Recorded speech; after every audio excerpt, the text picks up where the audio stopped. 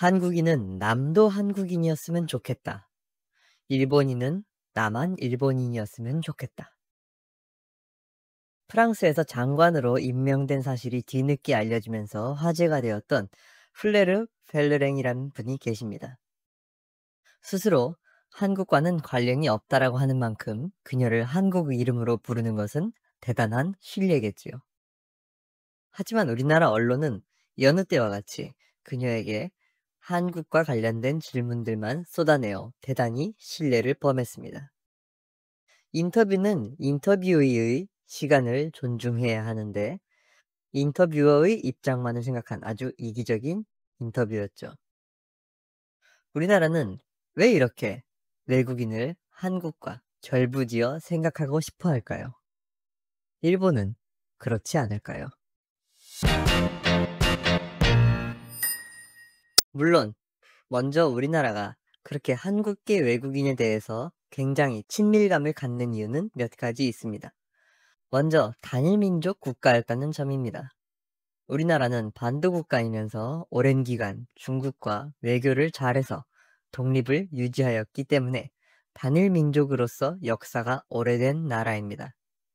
그래서 영어로는 nation과 country가 다른 의미임에도 한국어로는 구분하기가 힘들죠. 또 일제강점기 6.25 전쟁을 거치면서 수많은 사람들이 해외로 강제 징집을 당하거나 고아가 되거나 피난을 갔습니다. 그러다 보니 살고 싶어서 해외에 살고 있는 것이 아닌 민족 동포들이 실제로 많이 계십니다.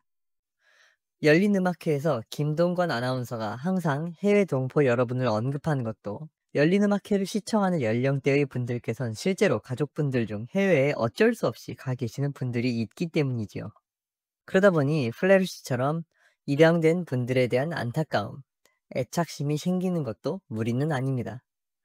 우리나라 언론들이 신뢰를 범하는 것도 너그럽게 보자면 보지 못할 것도 아니라는 겁니다. 거기에 더해 독재 정권의 피해자, 각종 차별이나 법적 제재로 해외에 강제로 나가 계신 분들도 분명히 계십니다. 예시가 적절치 않을지는 모르겠으나 빅토르 안이 귀화 신청을 했을 땐 모두가 빙상연맹을 욕하면서 빅토르 안을 응원했었습니다. 마지막으로 중국과 일본은 해외에 너무나도 잘 알려져 있지만 20년 전만 해도 한국은 잘 알려져 있지 않았다 보니 어떻게 조금이라도 조국인 한국을 대신해서 널리 알려주었으면 하는 마인드가 있었습니다. 한국 국민들에게 언제나 정부와 나라, 윗사람은 마음에 들지 않는 존재입니다. 심하게 말하면 적입니다. 오죽하면 군대에서까지 주적은 간부라는 말까지 있겠습니까? 예, 이건 농담이고요. 우리나라에서 1997년 방영했던 천사소년 에티가 많은 인기를 끌었던 이유가 캐릭터가 귀엽거나 스토리가 좋아서라기보다는 그 당시 97년 한보 사태에서 IMF로 이어지는 비리나 부정행위에 대한 불만, 대우그룹에 대한 배신감, 그런 것에서 비롯된 감정을 부자들의 부정행위를 발각시키고 재산을 어려운 사람에게 돌려주는 네티의 행위로 하여금 한국인들의 가려운 곳을 긁어주었다는 이야기도 있을 정도입니다. 반면 일본은 어떨까요? 일본도 버블 이후 개판난 자국 경제에 대한 불만을 어떻게든 잠재우기 위해 자국이 대단하다, 서양에서 일본을 엄청나게 인정한다는 세뇌를 계속해서 걸어왔습니다. 이쪽은 실제로도 섬나라인데다가 자국 내 이동도 다방향이 아니다 보니 훨씬 정보를 통제하기가 쉬웠죠. 거기에 더해 백인에 대한 열등감이 있다 보니 유럽에서 활약하는 일본계 골프 선수 등을 대서특필하면서 비춰줍니다. 지금은 오타니 쇼헤이가 그 역할을 대신 받고 있긴 하지요. 제가 겪어본 바로는 해외에서 활약하는 선수라면 아시아 사람이라도 다 좋아해주는 수준에 이르러 있습니다. 실제로 놀라울 정도로 박지성이나 손흥민에 대한 인지도도 엄청나게 높습니다. 또 이미지도 좋고요. 손흥민이 득점왕을 따냈을 시즌에 정말 다양한 사람들로부터 손흥민 이야기를 들었습니다. 제가 다 기분이 좋더라고요. 그런데 제가 하고 싶은 이야기는 이쪽이 아닙니다. 바로 해외에서 활동하던 사람들이 일본에 돌아왔을 때, 즉 섬나라에 있는 사람들 사이에서 경쟁하기 시작하면 그들은 전혀 환영받지 못합니다. 가장 대표적으로 오노 요코를 꼽을 수 있겠습니다. 우리도 에드워드 리, 바비킴 이런 식으로 해외 거주자는 이름을 먼저 쓰고 성을 그 다음에 쓰는, 그리고 통상적으로 쓰는 김이 아니라 영어 알파벳 표기 발음인 킴으로 쓰는 등 여러 방법으로 한국인이 아님을 분명히 합니다. 그렇지만 마동석, 최우식 씨처럼 한국 이름으로 활동하지만 한국인이 아닌 사람들도 많습니다. 그렇다고 해서 그들에 대한 불만을 크게 갖는 편은 아니지요. 하지만 일본에선 많은 사람들이 오노요코가 도쿄에서 태어난 사람임에도 불구하고 요코 오노라고 불러야 한다고 합니다. 물론 그녀가 해외에서 활동하는 사람이기에 그 활동명을 우선해서 불러주는 이유도 있기는 합니다.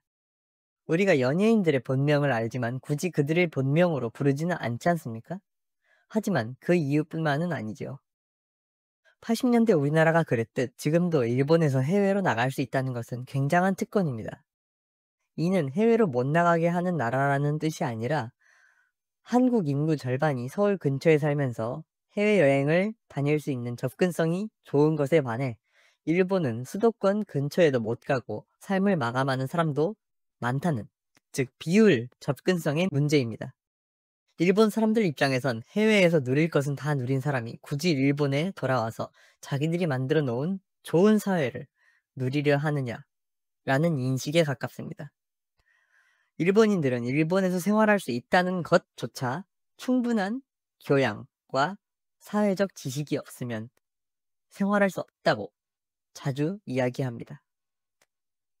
굳이 해외에서 온 사람이 틀린 행위를 하지 않아도 조금이라도 다른 뉘앙스를 보이면 그렇게 이야기합니다. 바로 이짐의 문화와도 같은 맥락입니다. 외국인이 일본어를 틀리면 굉장히 기분 좋아합니다. 어렵지요? 라고 말하면서 웃는 그 모습에 저는 가끔 기분이 나쁩니다. 또 이해하기 어려운 문화가 있다고 하면 그러게 그건 왜 그럴까? 난해하네 라고 말하면서도 입에선 웃음을 지우기 어려운 게 일본인들입니다. 자기들은 그래도 이해하고 잘 생활하고 있다 이겁니다. 주요 레퍼토리가 한자 읽는 법이 어렵다 이건데 도대체 왜 어려운 게 그렇게 그들의 자부심이 될까요? 이 어렵다는 것이 바로 백인 기준이기 때문입니다. 그들에게 있어 일본 사회가 이해하기 어렵다 이퀄 백인들에 대한 열등감을 조금이나마 해소해주는 유일한 장치이기 때문입니다. 그들이 일본 문화에 대해 이야기하는 같은 아시아인인 저를 보고 웃을 때 마치 황족이 1등, 일반 일본 시민은 2등, 너는 3등 시민이야 라고 말하는 기분이 듭니다. 그게 싫으면 일본을 떠나라고 말할 사람들이죠. 그런데 아이러니하게도 세계 어느 곳을 데려다 놔도 가장 적응하기 힘들어할 사람들도 일본인이라는 겁니다. 일본의 거리가 정돈되어 있고 사회가 다양한 규약과 규칙으로 사람들의 일탈을 통제하고 있다는 것은 맞는 말입니다. 하지만 그것만으로 일본이 우수한 사회라고 말하기는 어렵습니다. 문화는 상대적인 거니까요. 일본의 우리는 우수한 민족이니까 이 논리를 들어서 이야기하자면 세상에서 오스트리아, 덴마크, 스위스가 가장 우수한 민족이어야 할 겁니다. 이 논리에 발이 빠지면 한국의 일봉들처럼 왜 일본은 이렇게 잘하는데 개 조선은 이런 거 못함? 이러는 말이 나올 수밖에 없는 겁니다. 아주 위험한 사고방식입니다.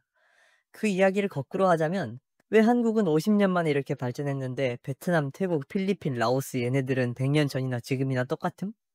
왜 버마는 지금도 독재국가임? 민주화도 못하는 병신임? 크크. 마치 100년 전 일본이 아시아 나라들에게 했던 논리와 똑같은 발상입니다. 오늘은 한국과 일본 국민이 갖고 있는 자기가 몸담고 있는 사회에 대한 자부심을 이야기해봤습니다. 누구나 출신 지역에 대한 이야기를 하면 민감해할 수밖에 없는 이야기인 만큼 이야기를 풀어나가기가 조금 어려웠네요. 시청 감사합니다.